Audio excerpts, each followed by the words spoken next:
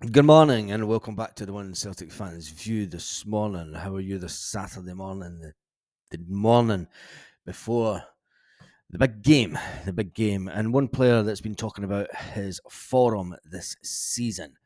We're going to listen to the full media conference with Liam Scales in just a minute. But Matt O'Reilly's been talking about the transfer speculation that was, well, it wasn't speculation. There was an offer from Atletico Madrid for Matt O'Reilly, and Celtic rebuffed that offer. But Matt O'Reilly's been talking about his forum after that, and everyone said that he didn't kick a ball after the transfer. And he admitted himself. He says, "If I'm being completely honest, the first 2 or 3 games after the transfer window was mentally a bit of a challenge because I felt what some of an added pressure was on his shoulders," says Matt O'Reilly, just slightly. He didn't realise it then, but he didn't realise why he was putting extra pressure on himself either. He says, "I didn't need to change anything. I kind of came away from that and focused on what will bring the team and then kicked it back into place." And you can see his forms kicking back into place also. He said, "Of course, there were bids, but they're great, but still the potential it can be negative when you have bids come in for you and they're rebuffed. It can have that negative effect on your form, which I've found out," says Matt O'Reilly. But if you don't see it from the right way, you have to learn going forward. He's in a good place just now. He is in a good place, and he said going into this game, he said, "I'm really looking forward to it." Talking about one player that's in a good place and was in a good place after the very first Glasgow derby of the season. The very first Glasgow derby of the season is a player, Liam Scales, and he was asked about how he feels going into this one. Yeah, it's good. Good. We're preparing well this week. We've had a full week to sort of train and get ready for it, and no, we're feeling good. We're getting everything right and prepared for the weekend. That's Does it good. feel as if you're coming into this match almost in terms of the squad and personnel the best that you can? So he's then obviously asked about how he feels coming into the squad just now, how he feels that the squad are, and are they basically ready for the weekend? Yeah, definitely. Look, people are getting back fit. We're sort of coming into a period where the midweek games are sort of slowed down and we have full weeks to prepare for games, and it's sort of given us a little bit of a breather, and it's been good for us. He was then obviously asked about the ramifications of this match. I mean, they say that both teams have dropped points over the last month or so. Is it that important, the game? I think that the one that comes down to at Celtic Park is the most important one. Whoever wins that one will win the league, if you ask me. It will come down to the last game at Celtic Park. And if you ask me, it's going to come down to the last game of the season. Would a draw be a bad result tomorrow? Obviously, I want to win. I think that we can win. But with it being there, and with them having their best referee in the house, the only man that's got a Rangers season ticket, the only man that drinks it regularly in a Rangers pub, would a draw be a bad thing? Yeah, obviously it's important for the title race, but I wouldn't say it's a title decider. There's plenty more games to play, and obviously we'll have to play them again after the split. So there's no use winning this game and then say losing 2 games after this. Let's face it. I mean, you could win this game and you get the bragging rights for a week. There's another game next week that's an important game. Every game is important to Celtic just now. So let's not get carried away with the hurrah this weekend if we were to not get the result that was the best result. But I think we will. I think we will get the win at Ibrox. it's definitely massively important, and a win would be huge for us. We know that, but we also know that it's not a decider, and again, it's 3 points like every other game, so we're treating it like that. Exactly. It is just the 3 points. It is 3 points, and we think about the games that is to come up. The split is just round the corner, and then it's always an important time after the split. Unfortunately, this season we're not in a position where normally in Celtic we've kind of got it wrapped up come the split, and we can afford to take our foot off the pedal as we did under Ange Postecoglou. And we've seen how the results were after we'd won the league last season. We've seen the results last season and how they kind of dipped a bit, and we dipped in form. Luckily, this season we have all our best players coming back at the exact right time to push on and try and win this league. I think it's quite equal, to be honest. I think it's so tight. Like, either way, whatever way it goes, it's still going to be tight, and I think there's equal pressure on us both. He was then asked about the fact that he's 2 wins, 2 wins out of 2 so far. This is all good, and we need to remind ourselves that we went to Ibrox at the beginning of the season where we did go there, and we were underdogs. Brendan Rodgers alluded to that yesterday, that we were underdogs, but we were going to get absolutely annihilated, and we come away with a win, and that was a big game for Scales because he was thrust into the. You have to remember back. You have to remember back to the beginning of the season when Liam Scales was brought into the team.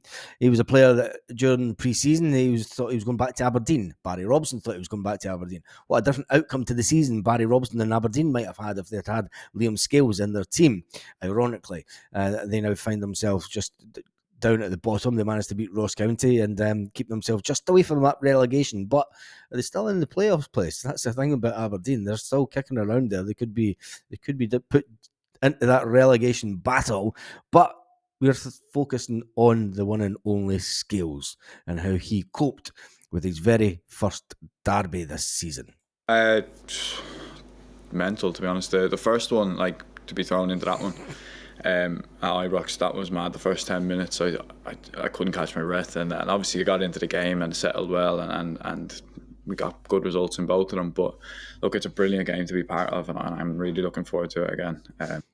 He's really looking forward to it again, and that's one of the things that Brendan Rodgers spoke about yesterday. And it's all about, that we know as a team that they're going to come at us. You know that they're going to put a bit of pressure on the first 10 minutes of the game, 15 minutes of the game, and then the same in the second half. It all depends who comes out quicker in the second half. And sometimes you've got to soak up that bit of pressure, especially when you're away from home. Especially away from home, it's not going to be one of those games where they're going to sit back for 80 minutes and then have a go for 10 minutes. They're going to have a go from the off, and they're going to try and exert a little bit of dominance because they are at home. It's the sort of games you want to be playing as a footballer. It's up there with the biggest in world football. So is that the first? Yeah, it is up there with the biggest in world football, but there is no fans. There is no fans tomorrow. There is no fans, and let's not beat around the bush. We know why there's no fans, because Celtic fans that weren't safe in that corner with only 700 fans surrounded by Rangers fans, and we all know why they spat the dummy out. Let's not lie about it, right? The Scottish media have been putting this thing out, said that Celtic and Rangers have agreed a 5% bullshit.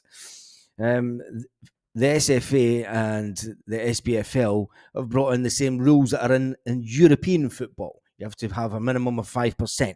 All they've put in place is the rules that are in European football. So the SFA, the SPFL basically copped out.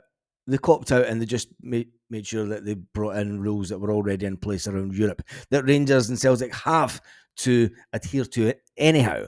The fact that we are going to 5%, has it 5% or who knows, who cares? We're going to get about 2,500 fans from next season.